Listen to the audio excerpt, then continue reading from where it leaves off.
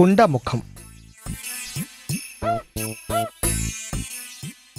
ఒకరోజు కృష్ణదేవరాయల ఆస్థానానికి ఒక పూజారి, తెనాలి ఇద్దరూ గొడవ పెట్టుకుని వచ్చారు.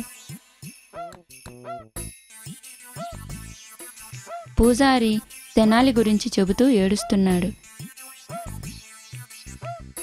దానికి రాజు ఆగ్రహించి, తెనాలి, నీ మొహం ఎప్పుడూ నాకు చూపించకు. రాజా రాజా. మరుసటి రోజు దర్బారులో రాజుగారికి ఫిర్యాదు చేయడానికి పూజారి వచ్చాడు. మీ ఆదేశం ప్రకారం తెనాలి దర్బార్కు రాకూడదు, అయినా కూడా వచ్చి అతను పనులు చాలా మంచిగా చేసుకుంటున్నాడు. తెనాలి, ఎంత ధైర్యం!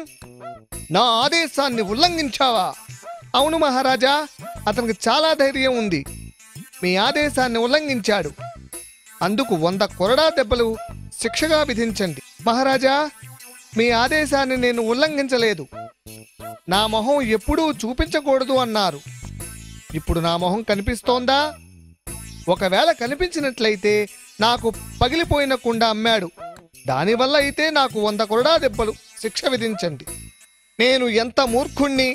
వెళ్ళి తెనాలితో గొడవ పెట్టుకున్నాను. నీ మొహం మీద ఉన్న కుండను తీసివేసి నీ కుర్చీలో కూర్చో. ధన్యవాదాలు మహారాజా, ధన్యవాదాలు.